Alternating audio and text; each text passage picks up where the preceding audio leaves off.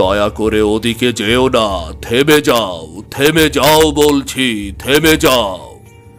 মা মণিমালা, ফিরে এসো, ওদিকে যেও না। রাজকুমারী, দয়া করে ওদিকে যাবেন না, থেমে যান, আমাদের কথা শুনুন, ফিরে আসুন আমাদের দিকে, ফিরে আসুন। এক গ্রামে কানাই নামে এক রাখাল বাস করত। কানাই ছিল অনাথ।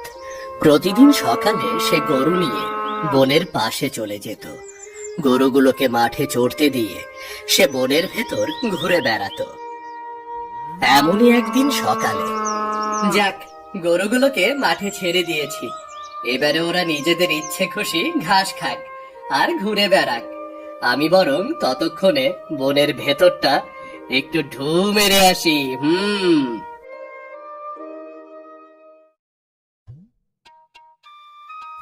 আরে, কি সুন্দর একটা বাঁশি এখানে পড়ে আছে, কিন্তু এটাকে এই গভীর বনে কে ফেলে গেল?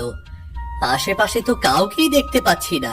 কি সুন্দর একটা বাঁশি, আমার তো বাজাতে ইচ্ছে করছে। বাজাবো? আমি বরং বাজিয়েই দেখি। কানাই খুব সুন্দর বাঁশি বাজাতে পারত। এই বাঁশিটা তুলে নিয়ে সে বাজাতে শুরু করে। বাঁশির মিষ্টি সুর ক্রমে সারা বন ছড়িয়ে পড়তে থাকে। হঠাৎ করে কানাইয়ের সামনে একটা আলোর ঝলকানি দেখা যায়।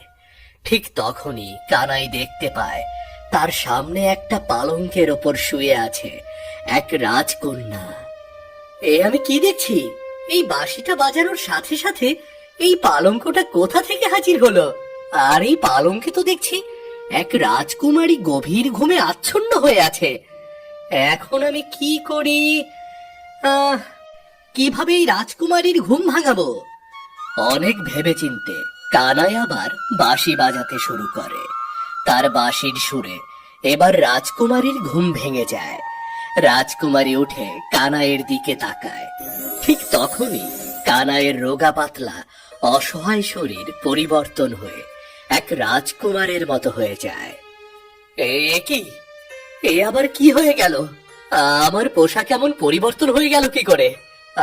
আর কে আপনি রাজকুমারী? আমি মণিপুর রাজ্যের রাজকন্যা মণিমালা। আজ এত বছর ধরে অভিশাপ বয়ে বেড়াচ্ছি। সেই অভিশাপে আমি এতদিন ঘুমন্ত অবস্থায় ছিলাম। তুমি অভিশাপ মুক্ত করে আমার ঘুম ভাঙিয়ে দিয়েছো। আমি তো কিছুই বুঝতে পারছি না রাজকুমারী, কি থেকে কি হয়ে গেল? আপনি কেনই বা অভিশাপ বয়ে বেড়াচ্ছেন? আর কেনই বা আমার শরীরের পোশাক রীতিমতো পাল্টে গেল? তার জন্য ফিরে যেতে হবে আজ থেকে 10 বছর আগে। মহারাজ, আপনি কি কিছুই বুঝতে পারছেন না? এমন করতে থাকলে তো রাজকুমারী মণিমালার বিয়েই হবে না। আমি কি করব বলো রানী? এ পর্যন্ত যত রাজা ও রাজপুত্র রাজকুমারী মণিমালাকে দেখতে এসেছে, সবাইকে অপমান করে রাজকুমারী তাড়িয়ে দিয়েছে। সবার সামনে লজ্জায় আমার মাথা কাটা গেছে। আমি সবকিছুই জানি মহারাজ, কিন্তু তারপরেও তো ও আমাদের রাজকুমারী। যে করে হোক ওকে একটা ভালো রাজা বা রাজপুত্রের হাতে তুলে দিতে পারলে আমাদের দুশ্চিন্তা দূর হয়। আমি দেখছি কি করা যায়, কিন্তু তুমি একটু ওকে ভালো করে বোঝাও। এমন করতে থাকলে তো কেউই আমাদের মণিমালাকে বিয়ে করতে রাজি হবে না। রাজকুমারী মণিমালা প্রতিদিন ঘোড়ায় করে রাজ্যের এদিক ওদিক ছুটে বেড়াতো। তার মনে প্রাণে শুধু একটাই কথা, রাজ্যের গরিব দুঃখীদের সাহায্য সহযোগিতা করতে হবে। ঠিক সন্ধ্যাবেলা রাজকুমারী মণিমালা প্রাসাদে প্রবেশ করে। রাজকুমারী মণিমালা, তুমি সেই সকালবেলা রাজপ্রাসাদ থেকে বের হয়েছো, আর এই তোমার আসার সময় হলো। মা, তুমি তো জানো আমি এক এক করে রাজ্যের প্রতিটা গরিব দুঃখী প্রজাদের সাহায্য করার শপথ নিয়েছি। প্রতিদিন সেই কাজ করতে গেলে একটু দেরি তো হবেই। আমার মনে হয় তুমি একটু বেশি বেশি করে ফেলছো মণিমালা। প্রজাদের সুখ দুঃখ দেখার জন্য মহারাজ আছেন, সেনারা আছেন, রাজমন্ত্রী আছেন। না মা, তারা শুধু প্রজাদের শাসন করেন, গরিব দুঃখীদের কষ্ট বোঝেন না। আমি ওদের কষ্ট বুঝতে চাই, ওদের সাহায্য করতে চাই।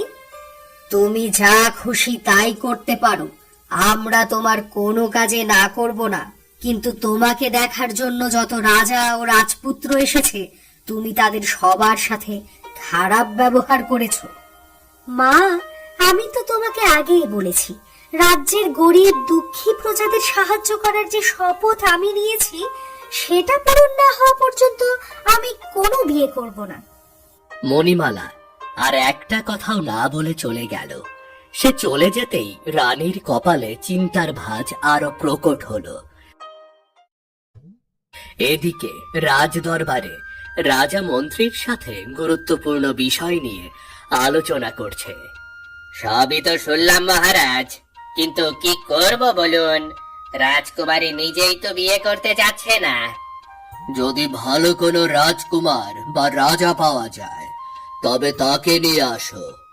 রানী রাজকুমারী মণিমালাকে বুঝিয়েছে, নিশ্চয়ই মণিমালা রাজি হয়েছে এবার।